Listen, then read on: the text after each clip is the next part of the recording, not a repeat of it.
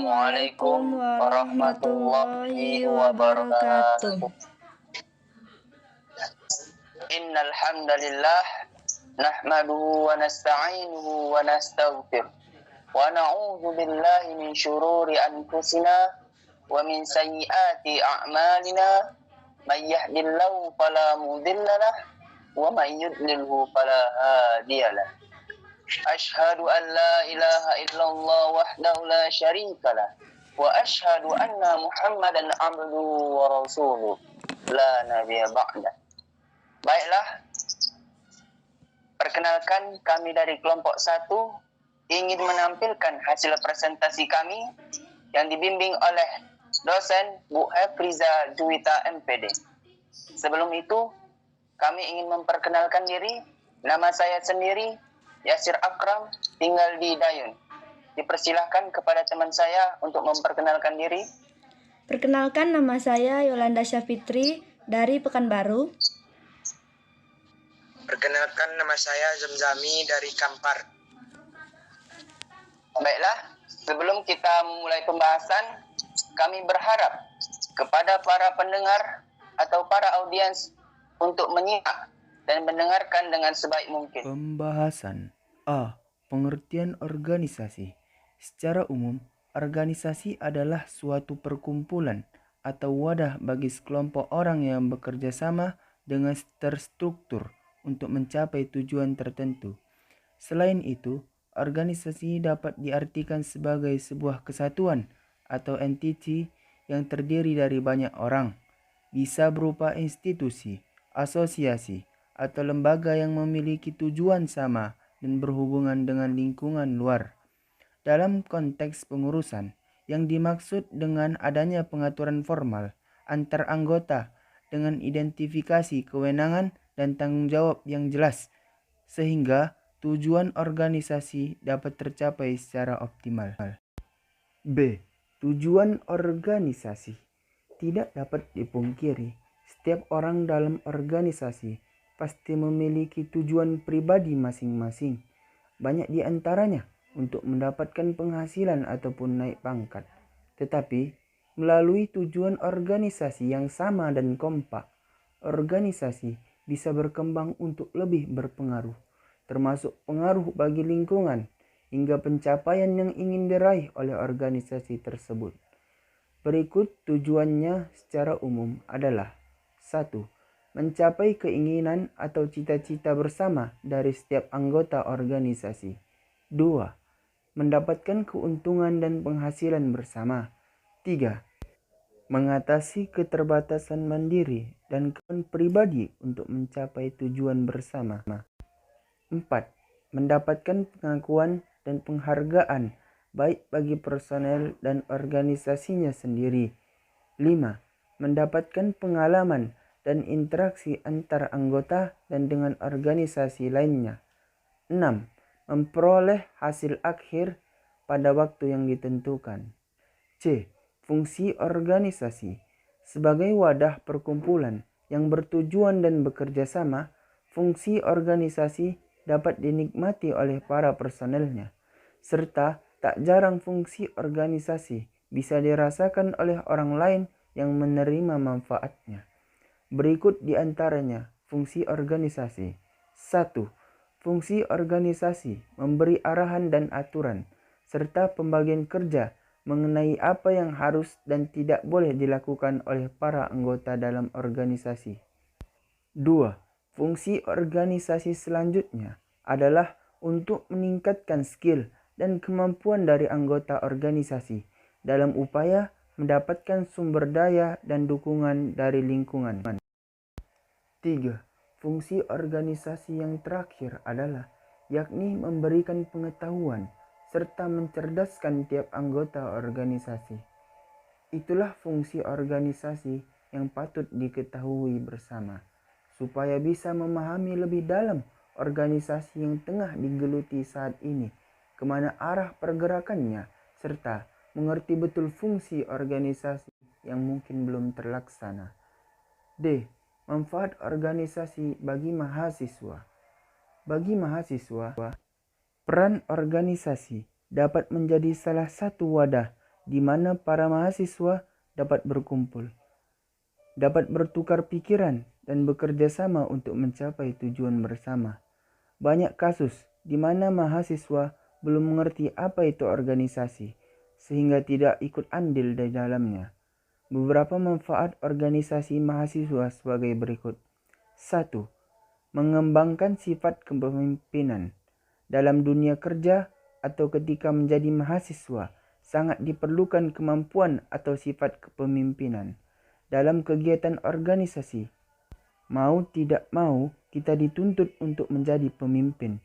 Berawal dari memimpin diri sendiri terlebih dahulu, lalu bertahap pada sekelompok orang dan lingkup di sekitar yang lebih besar.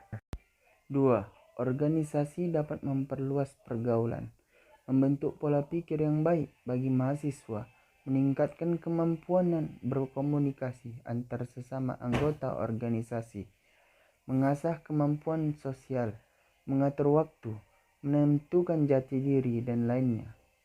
Pesan: mengejar nilai akademik dan mengejar gelar sarjana itu penting dan utama. Namun organisasi juga menjadi alat penting untuk implementasi teori yang bisa digunakan sebagai bekal dalam dunia pekerjaan. Pengertian sistem. Sistem adalah kumpulan dari komponen-komponen yang memiliki unsur keterkaitan antar satu dengan lainnya. Sekelompok komponen dikaitkan menjadi satu untuk mencapai tujuan tertentu. Tujuan sistem. Adapun tujuan itu adalah untuk menyediakan sesuatu informasi yang digunakan di dalam suatu perencanaan, pengendalian, mengevaluasikan, dan juga memperbaiki berkelanjutan. Untuk menyediakan suatu informasi yang dipergunakan di dalam suatu perhitungan harga rokok, produk, jasa, dan tujuan lainnya yang diinginkan oleh manajemen. G. Syarat-syarat sistem. Adapun syarat yang harus dimiliki oleh suatu sistem, yaitu sistem harus dibentuk untuk menyelesaikan suatu tujuan. Elemen sistem harus mempunyai rencana yang ditetapkan. Elemen sistem. Adapun klasifikasi sistem, yaitu adalah suatu bentuk kesatuan antara satu komponen dengan satu komponen lainnya, karena tujuan dari sistem tersebut memiliki akhir tujuan yang berbeda untuk setiap perkara atau kasus yang terjadi dalam setiap sistem tersebut, sehingga sistem tersebut dapat diklasifikasikan dari beberapa sistem, di antaranya sebagai berikut. Klasifikasi sistem. 1. Sistem abstrak ialah sistem yang berupa pemikiran atau ide-ide yang tidak tampak secara fisik. 2. Sistem alamiah ialah sistem yang terjadi melalui proses alam, tidak dibuat manusia. 3. Sistem tertentu ialah beroperasi dengan tingkah laku yang sudah dapat diprediksi. Sedangkan sistem tak tertentu adalah sistem yang kondisi masa depannya tidak dapat diprediksi karena mengandung unsur probabilitas. 4. Sistem tertutup ialah merupakan sistem yang tidak dapat berhubungan dan tidak berpengaruh dengan lingkungan luar. Tahapan siklus kehidupan organisasi. 1. Kelahiran organisasi. Sebuah organisasi lahir ketika beberapa individu dan entrepreneur mengetahui dan kemudian mengambil manfaat dari adanya peluang dalam menggunakan keahlian dan kemampuan mereka untuk mendirikan sebuah organisasi yang menghasilkan sesuatu, baik berupa produk atau jasa. Prinsip tahapan dari kehidupan organisasi adalah kelahiran, pertumbuhan, kemunduran, dan kematian.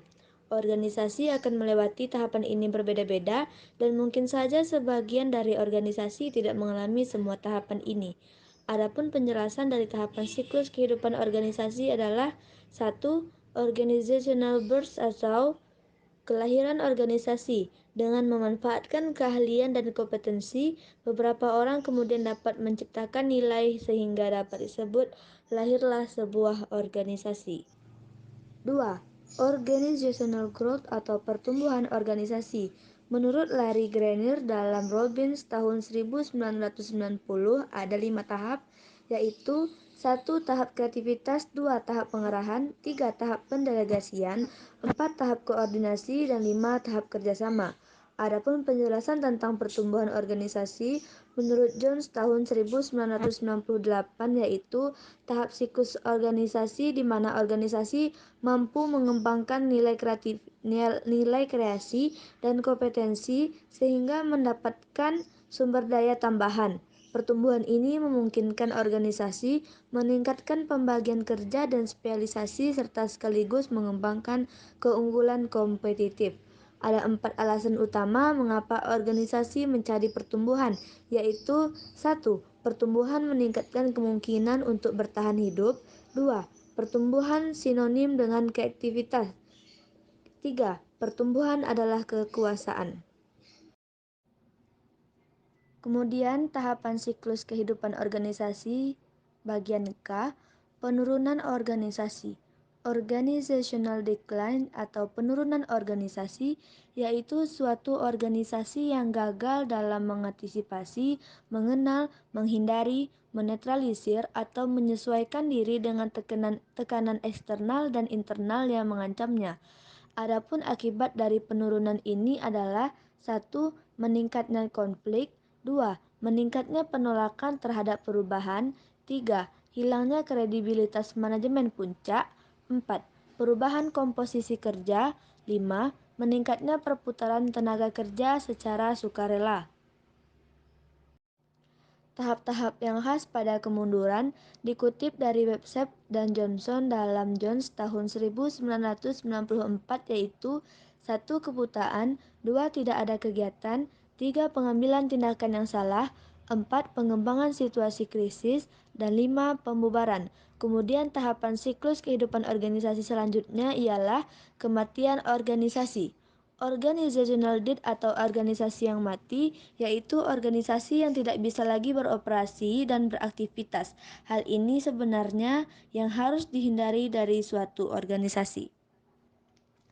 Sebagai contoh dari siklus kehidupan organisasi adalah seseorang dan kelompoknya membangun sebuah koperasi di suatu daerah, koperasi yang berjeniskan simpan pinjam unit desa atau KUD. Pada tahap awal yaitu organizational build, koperasi ini mulai dibentuk dengan dipenuhi semua keperluan dalam koperasi itu. Di sini anggota koperasi harus lebih kreatif agar koperasi ini bertahan lama. Kemudian pada tahap kedua yaitu organizational growth, pemasaran dan pengenalan koperasi ini berkembang cepat dari satu daerah ke daerah lain. Koperasi pun semakin ramai diminati. Kemudian tahap ketiga yaitu organizational decline. Dalam proses ini, organisasi mulai mengalami penurunan dalam prosedur yang dikarenakan beberapa faktor seperti adanya pinjam duit di dalam bank yang lebih besar dan lebih meyakinkan. Terlebih lagi, adanya simpan pinjam online yang membuat peminjam dan orang yang meminjam tidak perlu keluar rumah untuk mendatangi koperasi atau simpan pinjam tersebut. Tahap terakhir yaitu organizational death, yaitu organisasi pun lama-kelamaan punah karena adanya pesaing yang lebih tinggi dan lebih berkualitas. Adapun kesimpulannya ialah organisasi merupakan suatu sistem. Maksudnya, organisasi menjadi wadah keseluruhan yang kompleks, bergabungnya sekumpulan orang-orang untuk bekerja sama guna mencapai tujuan tertentu secara terpimpin dan sistematis dengan didukung unsur-unsur terpadu, terorganisir yang saling berkaitan satu sama lain. Tujuan sendiri dari organisasi itu ialah untuk mencapai tujuan dan cita-cita bersama. Kemudian tahapan dari siklus kehidupan organisasi ada 4. Pertama, tahapan kelahiran. Kedua, tahap pertumbuhan biasanya ditandai dengan organisasi mulai berkembang. Ketiga, tahap kemunduran yang ditandai dengan munculnya konflik dalam organisasi tersebut. Dan kemudian tahap terakhir ialah tahap keempat, yaitu tahap kematian yang ditandai dengan organisasi tersebut lama-kelamaan tidak berjalan dengan semestinya. Itulah hasil presentasi kami. Kami sadar bahwa hasil presentasi kami ini jauh dari kata sempurna. Keterbatasan kami mungkin membuat hasil presentasi ini memiliki begitu banyak hal yang perlu disempurnakan. Untuk itu, kami selaku pemateri berharap agar para pembaca dan pendengar sudi kiranya memberikan kritik dan saran agar hasil presentasi ini menjadi lebih baik. Wallahul musta'anu ila ahsanil hal. Syukran katsiran al ihtimamikum. Wassalamualaikum warahmatullahi wabarakatuh.